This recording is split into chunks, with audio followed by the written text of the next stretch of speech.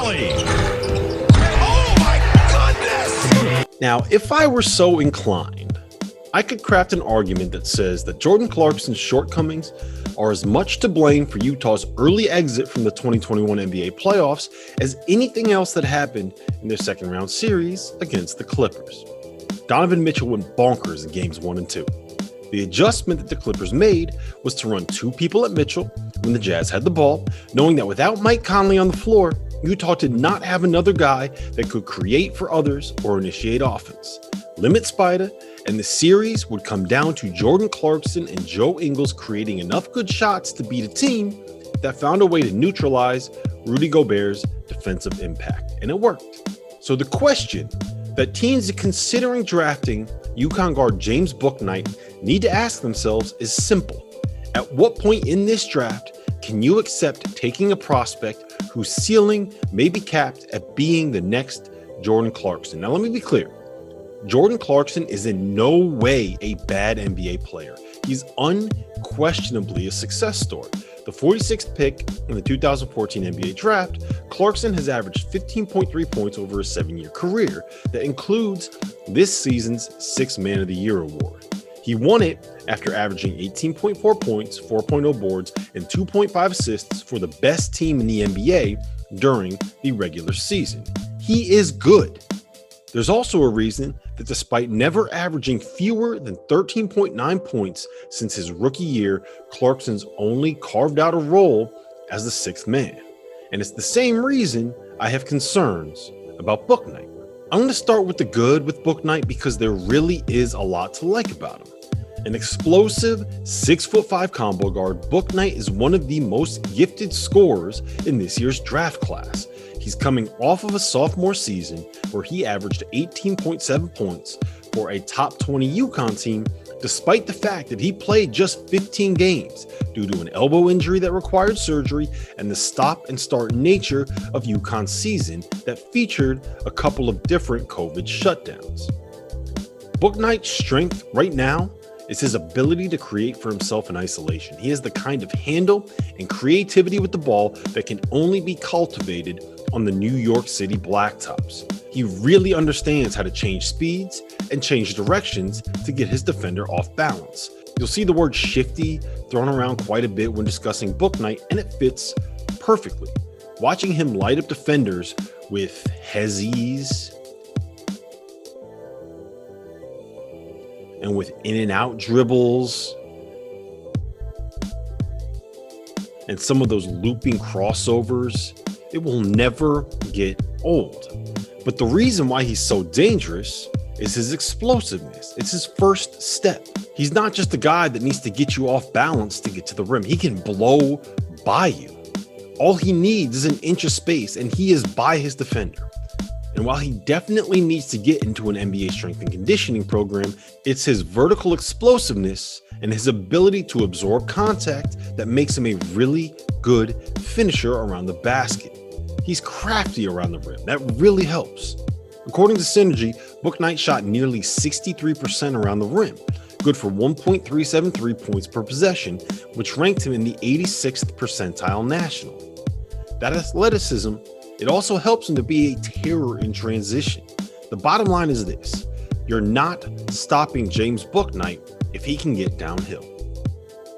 Now, he's also shown the ability to use his handle in his step back package. Bouknight has a really nice feel for how to be able to create space for himself to get shots off. And he's shown himself capable of punishing defenders that go under ball screens against him. All that said, he shot just 29.3% from 3 this season. Some of that can be explained away by the degree of difficulty of the shots that he was taking. You really don't have to look hard to find examples of Bouknight settling for really, really tough shots. Some of it is also likely due to the fact that he injured his left elbow 6 games into the season and missed 5 weeks after undergoing surgery. I am not convinced that he ever got back to 100% at any point down the stretch of the season. And it's worth noting that he shot 80% in his career from the free throw line at UConn. That is a good sign. But Bouknight really struggled in catch and shoot situations as a sophomore. He shot just 21% and posted a 0.622 points per possession on catch and shoot jumpers.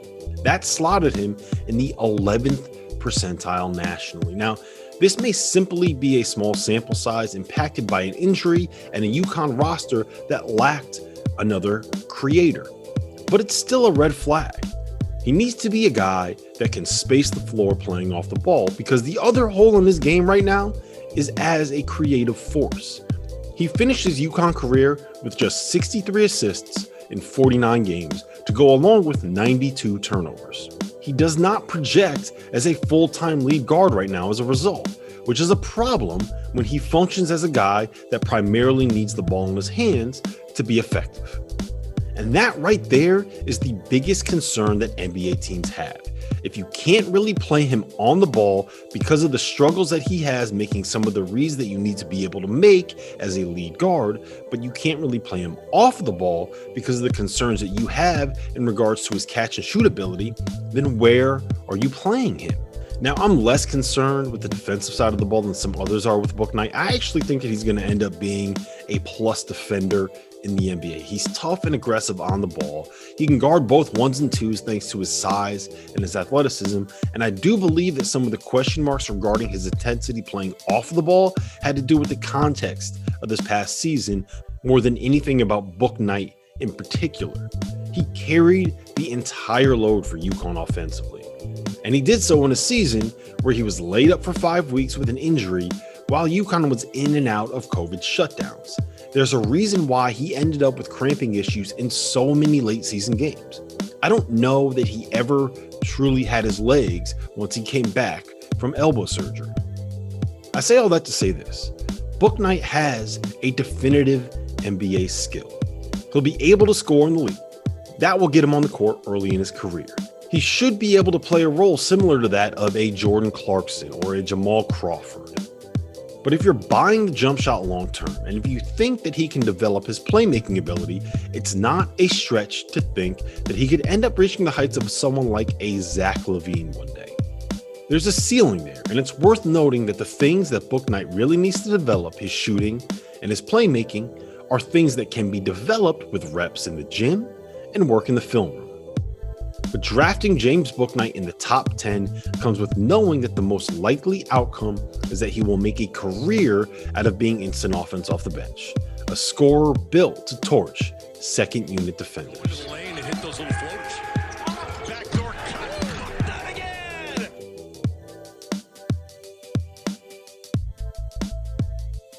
Thanks for watching the video, guys. If you liked what you saw here, please hit that like button. Please hit that subscribe button. Maybe leave a comment. Interactions like that really do help grow the channel, and they help more people like you find this content.